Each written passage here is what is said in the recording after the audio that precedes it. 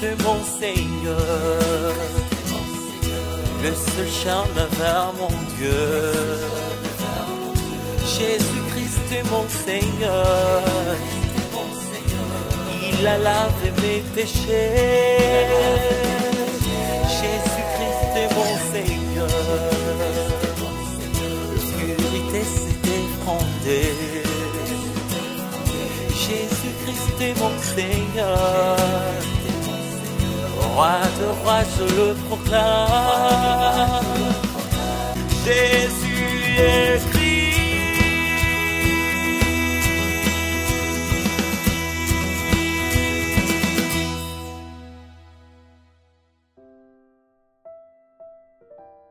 Appliquez la puissance du Christ donnée par Dieu à mon corps.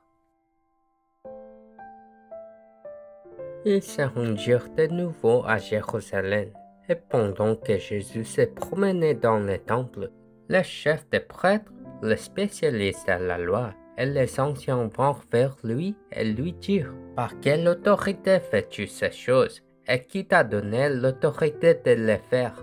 Jésus leur répondit: « Je vous poserai une question. Répondez-moi et je vous dirai par quelle autorité j'ai fait ces choses. » Marc chapitre 11, versets 27 à 29. Jésus renversa la table et les chaises des marchands dans la cour du temple, les réprimanda et les chassa. Le temple de Dieu est une maison de prière pour toutes les nations. Vous avez fait de ma maison une caverne de voleurs. Le lendemain, Jésus entra de nouveau dans le temple avec ses disciples. Les chefs religieux vinrent à Jésus. C'étaient les chefs des prêtres, les spécialistes de la loi et les anciens. Ils étaient très mécontents de ce que Jésus avait fait. Ils cherchaient donc une occasion de les piéger et de les tuer. À ce moment, ils vinrent trouver Jésus dans le temple et lui demandèrent: « De quelle autorité fais-tu cela?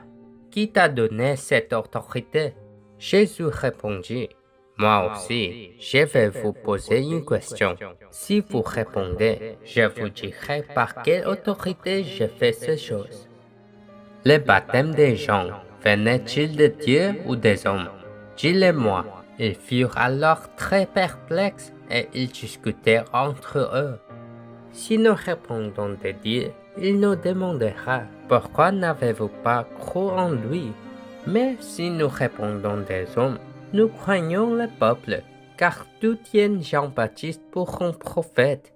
À la fin, ils ont trouvé une ruse pour répondre: « Nous ne savons pas. » Après avoir entendu leur réponse, Jésus leur dit: « Moi non plus, je ne vous dirai pas par quelle autorité j'ai fait ces choses. » Dans Marc 11, 27 à 33, les chefs religieux juifs qui contestaient l'autorité du Christ donnée par Dieu posaient une question à Jésus.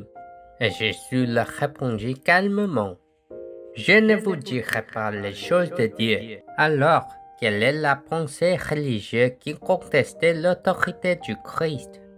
C'est la pensée de ne pas utiliser l'autorité de ce homme sur mon corps et de ne pas résoudre mes problèmes spirituels avec l'évangile donné par Dieu. La postérité de la femme de Genèse 3:15, le Messie Jésus-Christ. Que se passe-t-il si nous nous habituons aux idées religieuses qui défient l'autorité du Christ?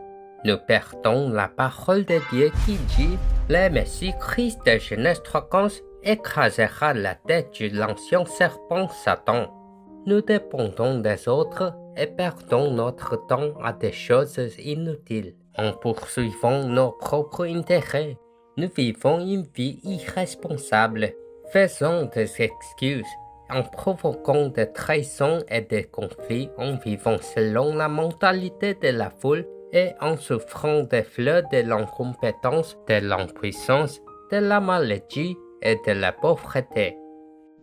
Enfin, nous n'avons pas d'autre choix que de suivre le chemin de la destruction et du jugement. C'est pourquoi nous devons prier pour purifier les pensées religieuses qui se sont répandues dans notre corps à cause du péché originel de Genèse 3. Si nous faisons la bataille spirituelle au nom du Christ de Genèse 3:15, la réponse de la récréation commencera. Maintenant, confessons le miracle de cette seconde. Jésus est le Christ. Je suis un enfant de Dieu. Tous les problèmes sont finis. Satan va-t'en, rempli du Saint-Esprit. Évangélisation mondiale. Jusqu'aux extrémités de la terre, je serai son témoin. Le début du déclin spirituel de toute l'humanité. Quittant Dieu après avoir été tenté par les rusés Satan de Genèse 3, vous de trouver des excuses. Alors qu'Adam et Ève qui avaient péché se cachaient parmi les arbres du jardin, Jéhovah Dieu appela Adam. Où es-tu? À ce moment, Adam était habillé de rationalisme et s'excusait. Il s'excusa même auprès d'Ève qu'il doit en disant « Celle-ci est l'eau de mes os et la chair de ma chair ». C'est la loi. Le Satan accusateur et calomniateur est entré dans nos corps. Et pour résoudre ces problèmes, Dieu a envoyé son Fils Christ sur cette terre. La postérité de la femme, le Christ de Genèse 3:15, écrasera la tête de l'ancien serpent, le diable, le séducteur de toute la terre. Et il ne défiera pas l'autorité du Dieu vivant. Il ne rejettera pas le Christ.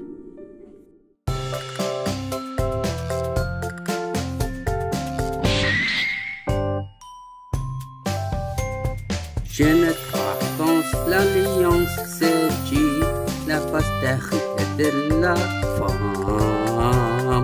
Jésus-Christ complètement écrasé, la tête de Satan. Yeah!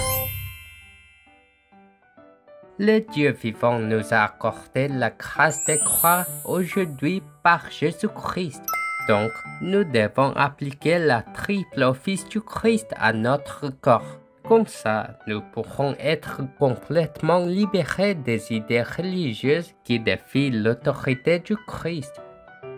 Dès l'instant où vous ouvrez les yeux le matin, le Christ, le vrai roi qui détruit les œuvres du diable.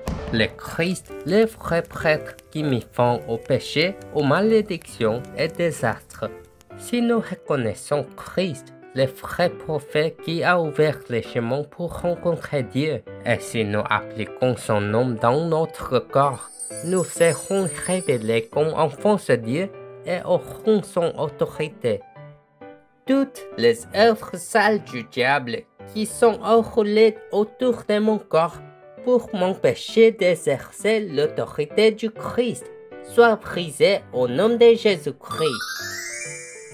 Je vous bénis au nom de Jésus-Christ afin que tout au long de cette semaine, vous viviez comme les sommets spirituels qui met au défi dans la bataille spirituelle en utilisant la triple office du Christ que Dieu vous a donné.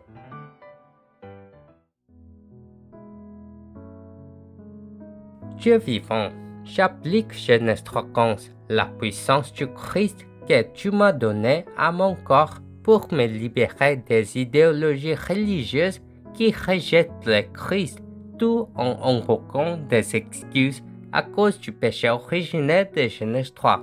Merci de m'avoir permis de commencer de nouveaux défis de foi. Par les combats spirituels consistant à appliquer les trois offices du Christ en tant que vrai roi, vrai prêtre et vrai prophète dans mon corps. Fais-moi devenir le sommet spirituel de l'évangélisation mondiale qui sauve les 237 nations du monde entier. Au nom de Jésus-Christ, je prie. Amen.